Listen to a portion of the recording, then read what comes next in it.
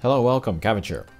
So to round out my list of top max looks, we'll do the one for Dark Element today. And then first off, as usual, we will look at Pierce monsters with the Blast Bump combo. And the only one actually is Jun. And then she is a Pierce with Minesweeper only. No gauge, so that makes her quick and easy to use. But to make her is very difficult. She has one of the most difficult missions in the game. But if you can make her, I would say it's worth it. I've used her a fair number of times.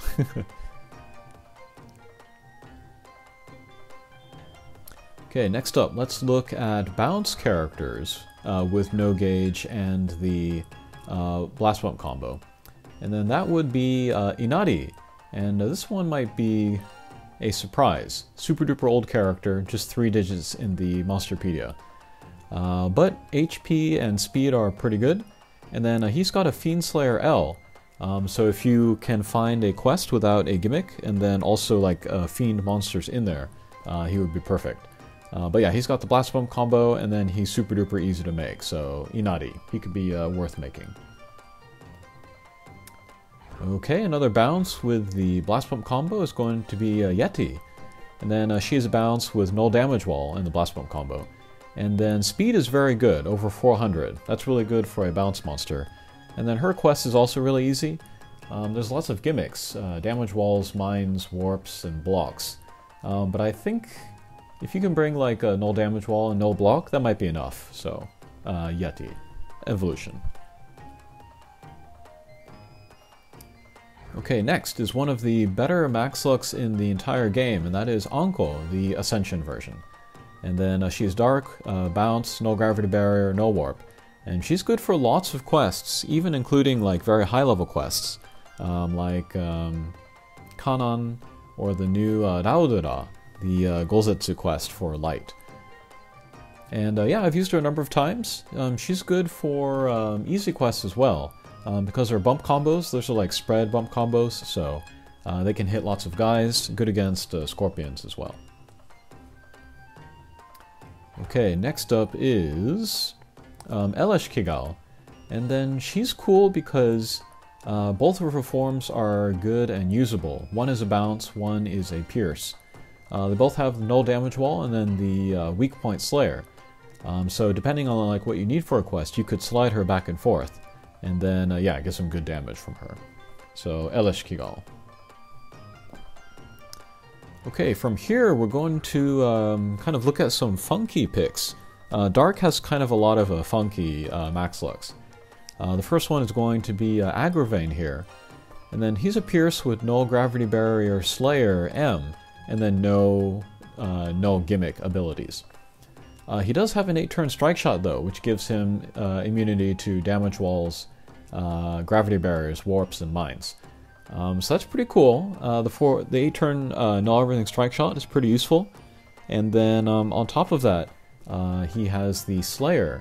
So he'll be best in, quests with gravity barriers. But you could, bring him anywhere. And then the fact that he's a Pierce makes him even more versatile. So he might be interesting to try out. Okay, another funky one is Rosé. And then she has the weak point Slayer M only, also no null abilities. But she does not have an 8-turn null everything strike shot. She just has a tackle. And then she is a blast type with the slice and dice.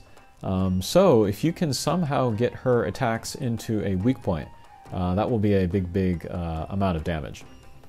And then she's one of the she's only one of 2 characters in any of my best max looks lists where they are 5-star and under quests.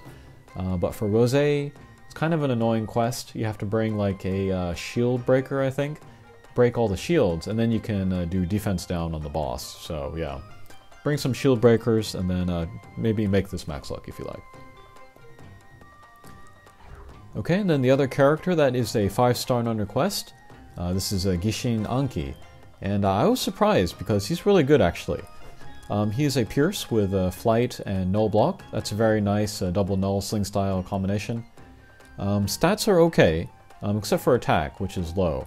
But he has Counter Slayer, passive in him. So yeah, that can make him a decent damage source. He has the lock-on shockwave. Does not pierce, but it's the stronger version. So it does about 26,000 damage per hit. It does 6 hits in all, I think.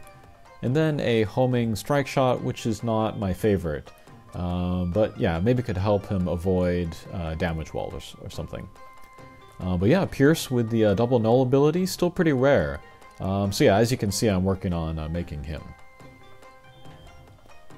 Okay, and then finally, let's look at some impossibles.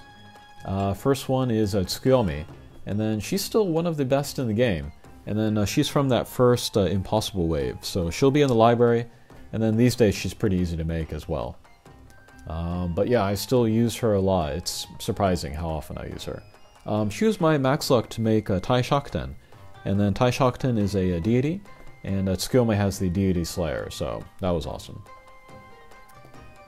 Okay, and then finally is Kanan, the Colossal Quest.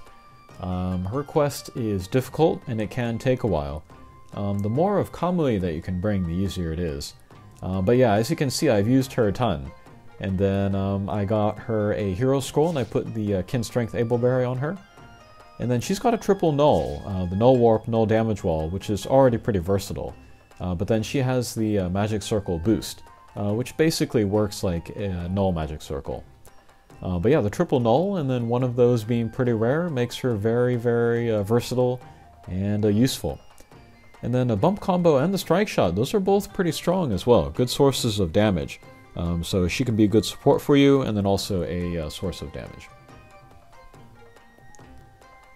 Okay, as for characters that are honorable mentions, one is Tsunayoshi, but she's not like a super high recommendation. She's a balance with a null damage wall, null gravity barrier, which is pretty rare. And it's rare for a reason, because there aren't a lot of quests where you need both of those. But the ability to go to one or the other is really nice.